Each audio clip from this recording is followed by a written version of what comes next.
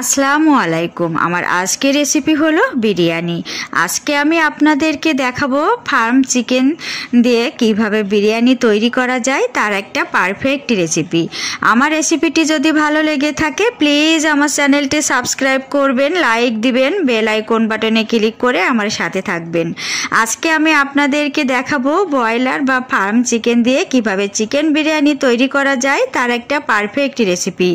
আমার রেসিপিটি অবশ্যই আপনাদের ভালো লাগবে এবং এটা কিন্তু খুবই টেস্টের একটা রেসিপি। রান্না কিন্তু একটা আর্ট। রান্নাকে আপনি যেভাবে সাজাবেন, যেভাবে ডেকোরেশন করবেন সেভাবেই কিন্তু খুব পারফেক্ট দেখা যাবে, একটা ফ্রেশ লুকিং আসবে। তো চলুন শুরু করা যাক।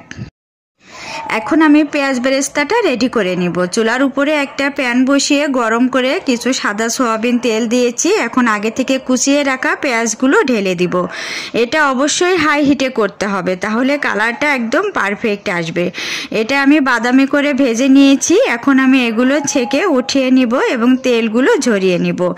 এটা মাস্ট আপনারা আগে থেকে রেডি করে নেবেন। এখানে আমি আদা রসুন বাটা দিয়েছি 1 টেবিল চামচের একটু বেশি, জিরা বাটা দিয়েছি 1 চা চামচ, বাদাম বাটা দিয়েছি 1 টেবিল চামচ, শুকনো মরিচ বাটা দিয়েছি হাফ চা চামচ। মরিচটা অবশ্যই দিবেন, তাহলে একটু ঝাল ঝাল হলে খেতে অনেক টেস্ট হবে। আমার মশলার পরিমাপটা অবশ্যই আপনারা ফলো করবেন। এখানে আমি ছোট সাইজের একটা মুরগি নিয়েছি এবং 2 জনের জন্য আজকে আমি রান্না করে আপনাদেরকে দেখাবো। এবং ছোট সাইজের একটা মুরগির মশলার পরিমাপটা কেমন লাগবে সেটা আমি আপনাদেরকে দেখিয়ে দিচ্ছি। অবশ্যই আমার মশলাগুলো ফলো করবেন। আমি সেই পেঁয়াজ বেরেস্তে করে রাখা পেঁয়াজগুলো পাটায় বেটে নিয়েছি। অবশ্যই এইটা বেটে নিতে হবে, কারণ এটা হলো মুরগির মাংস এবং ব্রয়লার মাংস। এখানে আমি সয়া সস নিয়েছি 1 টেবিল চামচ, এটা আমার বাসায় বানানো, লিঙ্কটা ডেসক্রিপশন বক্সে দিয়ে দিব। টমেটো সস নিয়েছি 1 টেবিল চামচ, গরম মশলা গুঁড়া নিয়েছি 1 চা চামচ, এখানে আমি চিনি নিয়েছি 1 টেবিল চামচ। পরিমাপটা অবশ্যই ফলো করতে হবে। বিরিয়ানি মশলা নিয়েছি 1 টেবিল চামচের একটু বেশি। এখানে সস, তারপরে গরম মশলা, তারপরে বিরিয়ানি মশলা সব আমার বাসায় বানানো, লিঙ্কটা আমি ডেসক্রিপশন বক্সে দিয়ে দিব, আপনারা দেখে নেবেন। এখানে আমি টক দইয়ের পরিবর্তে মিষ্টি দই নিয়েছি, কারণ একটু মিষ্টি মিষ্টি ভাব হলে খেতে অনেক টেস্ট লাগে। দইটা আমার বাসায় বানানো, 1 কেজি দুধে আমি 1 কেজি দই বানিয়েছি, সেটার লিঙ্কটা আমি আপনাদেরকে দিয়ে দিব। স্বাদ অনুযায়ী লবণ নিতে হবে এবং পেঁয়াজ বেরেস্তা করা যে তেলটা, ওই তেলটা মাস্ট নিতে হবে, তাহলে দারুণ একটা ফ্লেভার আসবে। এখন আমি মাংসগুলো ভালোভাবে ম্যারিনেট করে নিব এবং সস বানিয়েছি এগুলো আমার বাসায় বানানো। এখন আমি কেওড়ার জল অ্যাড করে দিব হাফ টেবিল চামচ। এখানে ছোট একটা মুরগি সাইজের যে মশলার পরিমাপটা লাগবে সেইগুলো আমি দিয়েছি, আপনারা হুবহু অবশ্যই ফলো করবেন। এটা ভালোভাবে মিক্সড করে ম্যারিনেট করে রেখে দিব। এখানে একটা দারুণ কালার এসেছে সয়া সস এবং টমেটো কেচাপ দেওয়ার কারণে। এটা আমি আধা ঘন্টার জন্য ঢেকে রেখে দিব, কারণ মুরগির মাংসটা বেশিক্ষণ ম্যারিনেট করা লাগে না, এটা এমনিতেই গলে যায়। আমার ভালোভাবে ম্যারিনেট করা হয়ে গিয়েছে। এখন আমি এগুলো ঢেকে এক সাইডে রেখে দিব। এখন আমি লিকুইড মিশ্রণটা রেডি করে নিব। এখানে আমি কিছু আলু নিয়েছি, আলুটা এই সাইজের কেটে নিয়েছি, জর্দা রং নিয়েছি। এখন এগুলো ভালোভাবে মাখিয়ে লাল লাল করে ভেজে নিব। এখন আমি একটা মিক্সিং বল নিয়েছি, এখানে আমি গরম পানি, ফুটান্ত গরম পানি দিব 1/4 কাপ। আমি পরিমাপটা অল্প নিয়েছি, কারণ আমার সব কিছুই রান্নার পরিমাপটা অল্প অল্প, এর জন্য আমি অল্প করে নিয়েছি। এখানে আমি গুঁড়া দুধ নিয়েছি, পাউডার মিল্ক 1/3 কাপ। এখানে আমি 10 টাকা দামের যে ডানো পাউডারের প্যাকেটটা আছে ওইটা 1 প্যাকেট নিয়েছি, ওইটা আপনার 1/3 কাপ হবে। এখানে আমি কিছু জাফরান অ্যাড করে দিয়েছি, এটা অপশনাল, চাইলে আপনারা স্কিপ করতে পারেন। জাফরানটা তবে দিলে দারুণ একটা ফ্লেভার আসে এবং টেস্টটাও স্বাদ দ্বিগুণ বাড়িয়ে দেয়। এখানে আমি ঘি নিয়েছি 1 চা চামচের একটু বেশি, ঘিটাও আমার বাসায় বানানো। এখানে আমি কেওড়ার জল নিয়েছি হাফ টেবিল চামচ। পরিমাপটা অবশ্যই মাস্ট ফলো করতে হবে, না হলে কিন্তু বিরিয়ানির টেস্টটা ভালোভাবে আসবে না। এটা হলো মিঠা আতর। রেস্টুরেন্টে যে দারুণ ফ্লেভার আসে, এটা হলো সেই জাদুটা। এটা নিতে হবে 2 ফোঁটা। হাফ কেজি চাউলে আমি 2 ফোঁটা নিয়েছি। 1 কেজি চাউলে আপনারা 4 ফোঁটা নেবেন। মাস্ট এগুলো ফলো করতে হবে, না হলে কিন্তু বিরিয়ানিটা খাওয়া যাবে না, একদম তিতা হয়ে যাবে, স্বাদটাই নষ্ট হয়ে যাবে। এই মিঠা আতরটা মাস্ট আপনারা দিবেন, তাহলে একদম রেস্টুরেন্টের মতো পারফেক্ট একটা টেস্ট চলে আসবে। তো এখন আমি এগুলো মিক্সড করে রেখে দিব।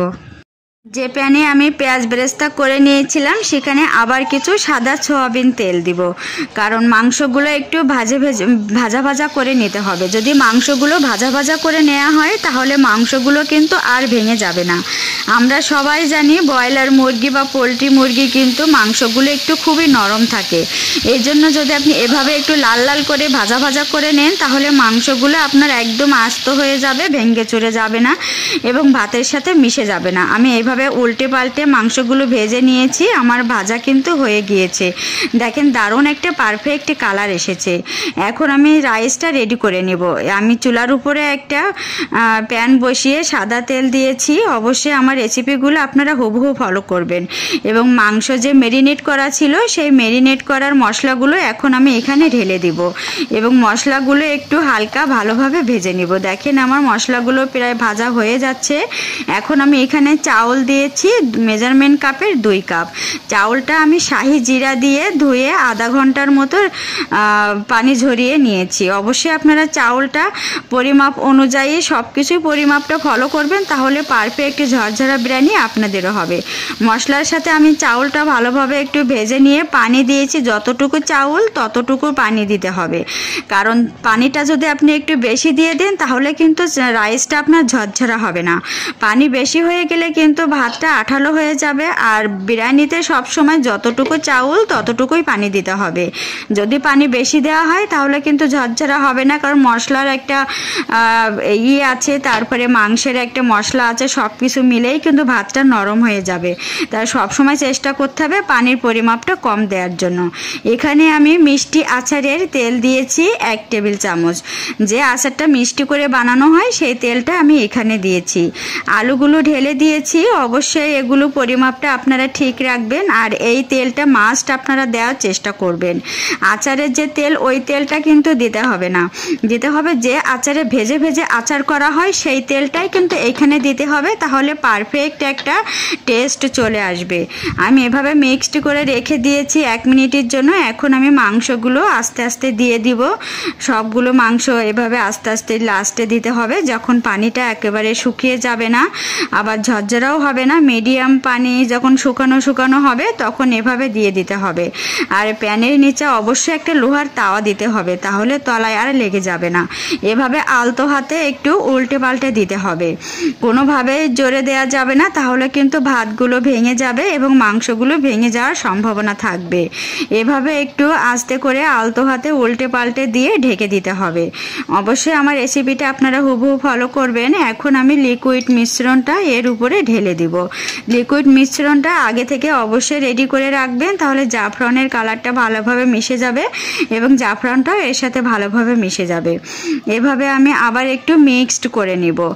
অবশ্যই আপনারা পানির পরিমাপটা ফলো করবেন এবং আমি যে আচারের তেলটা দিয়েছি, এটা মাস্ট ফলো করবেন, তাহলে আপনার বিরিয়ানির স্বাদটা দ্বিগুণ বাড়িয়ে দিবে। আমি ফিরে এসেছি 5 মিনিট পরে। এটা আমার চুলও কিন্তু মিডিয়াম টু লো আছে এবং এটা আমি দমে দিয়েছি। এখন এর উপরে আমি এই যে প্যাকেট নিয়েছিলাম, আর 1 প্যাকেট গুঁড়া দুধ এর উপরে একটু ছড়িয়ে দেব, তাহলে দারুণ একটা ফ্লেভার আসবে এবং দারুণ একটা টেস্ট চলে আসবে। আমি কিন্তু খুবই কমে, অল্প সময়ে, কম খরচে আজকে রেসিপিটা রান্না করে আপনাদেরকে দেখাচ্ছি।